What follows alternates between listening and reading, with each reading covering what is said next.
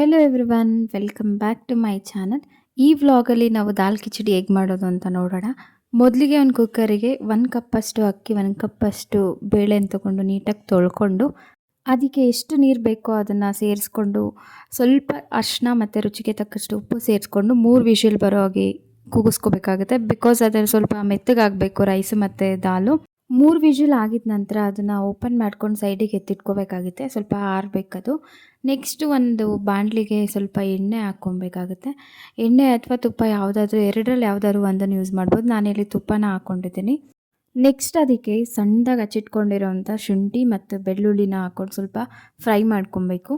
ಸ್ವಲ್ಪ ಫ್ರೈ ಆದಮೇಲೆ ಮತ್ತೆ ಹಸಿಮೆಣ್ಸಿನ್ಕಾಯಿ ಏನು ಉದ್ದುದಾಗಿ ಹಚ್ಚಿಟ್ಕೊಂಡಿರೋದು ಅದನ್ನು ಕೂಡ ಸೇರಿಸ್ಕೊಂಡು ಸ್ವಲ್ಪ ಕರಿಬೇವನ್ನ ಹಾಕ್ಕೊಂಡು ಅದನ್ನು ಫ್ರೈ ಮಾಡ್ಕೊಬೇಕಾಗುತ್ತೆ. ನೀಟಾಗಿ ಫ್ರೈ ಆದಮೇಲೆ ಸಣ್ಣದಾಗಿ ಹಚ್ಚಿಟ್ಕೊಂಡಿರೋವಂಥ ಈರುಳ್ಳಿ, 2 ಈರುಳ್ಳಿ ತೊಗೊಂಡಿದ್ದೀನಿ, ಮತ್ತು ಅದು ಸಣ್ಣದಾಗಿ ಹಚ್ಚಿಟ್ಕೊಂಡಿರೋಂಥ ಟೊಮೆಟೊ ಎರಡೂ ಹಾಕಿ ಫ್ರೈ ಮಾಡಿಕೊಂಡು ಸ್ವಲ್ಪ ಪಾಲಕ್ ಸೊಪ್ಪನ್ನ ಕೂಡ ಸೇರಿಸ್ಕೊಂಡು ಫ್ರೈ ಮಾಡ್ಕೋಬೇಕಾಗುತ್ತೆ.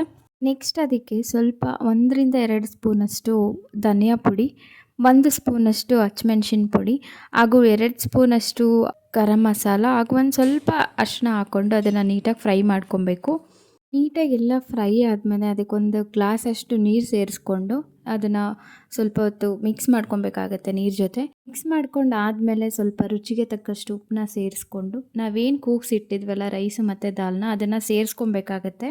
ಆ ರೈಸ್ನ ಸ್ವಲ್ಪ ಸ್ಮ್ಯಾಶ್ ಮಾಡ್ಕೋಬೇಕಾಗುತ್ತೆ. ಬಿಕಾಸ್ ಸ್ವಲ್ಪ ಹುಡಿಯಾಗಿ ಆಗಿದ್ದರಿಂದ ಅನ್ನ ಎಷ್ಟು ಬೇಕೋ ಅಷ್ಟು ತೆಳ್ಳಗೆ ನೀರನ್ನ ಹಾಕ್ಕೊಂಡು ಮತ್ತು ಸ್ವಲ್ಪ ಕಲರ್ ಮತ್ತು ಖಾರ ನೋಡಿಕೊಂಡು ಅದಕ್ಕೆ ಎಷ್ಟು ಬೇಕೋ ಅಷ್ಟನ್ನು ನಾವು ಸೇರಿಸ್ಕೊಂಡು ಖಾರದ ಪುಡಿ ಮತ್ತು ಅರಿಶಿನ ಪುಡಿನ ನೀಟಾಗಿ ಪೊಂಗಲ್ ಯಾವ ಅದಕ್ಕಿರುತ್ತೆ ಆ ರೀತಿಯಲ್ಲಿ ನಾವು ಅದನ್ನು ಸ್ಮ್ಯಾಶ್ ಮಾಡಿಕೊಂಡು ಮಿಕ್ಸ್ ಮಾಡ್ಕೊಬೇಕಾಗತ್ತೆ. ನೆಕ್ಸ್ಟ್ ಒಂದು ಪ್ಯಾನಿಗೆ 1 ಸ್ಪೂನ್ ತುಪ್ಪ ಆ್ಯಡ್ ಮಾಡಿಕೊಂಡು 2 ಮೆಣಸಿನ್ಕಾಯಿ, ಒಂದು ಸ್ವಲ್ಪ ಜೀರಿಗೆ, ಗೋಡಂಬಿ ಹಾಗೂ ಕರ್ಬೇವಿನ ಸೊಪ್ಪನ್ನ ಆ್ಯಡ್ ಮಾಡಿಕೊಂಡು ಒಗ್ಗರಣೆ ಮಾಡಿ ಮಿಕ್ಸ್ ಮಾಡಿಕೊಂಡ್ರೆ ದಾಲ್ ಕಿಚಡಿ ರೆಡಿ ಟು ಟೇಸ್ಟ್. ಈ ರೆಸಿಪಿ ನಿಮಗೆ ಇಷ್ಟ ಆಗಿದ್ದಲ್ಲಿ ಲೈಕ್ ಮಾಡಿ, ಶೇರ್ ಮಾಡಿ ಹಾಗೂ ನನ್ನ ಚಾನಲ್ನ ಸಬ್ಸ್ಕ್ರೈಬ್ ಮಾಡೋದನ್ನ ಮರಿಬೇಡಿ.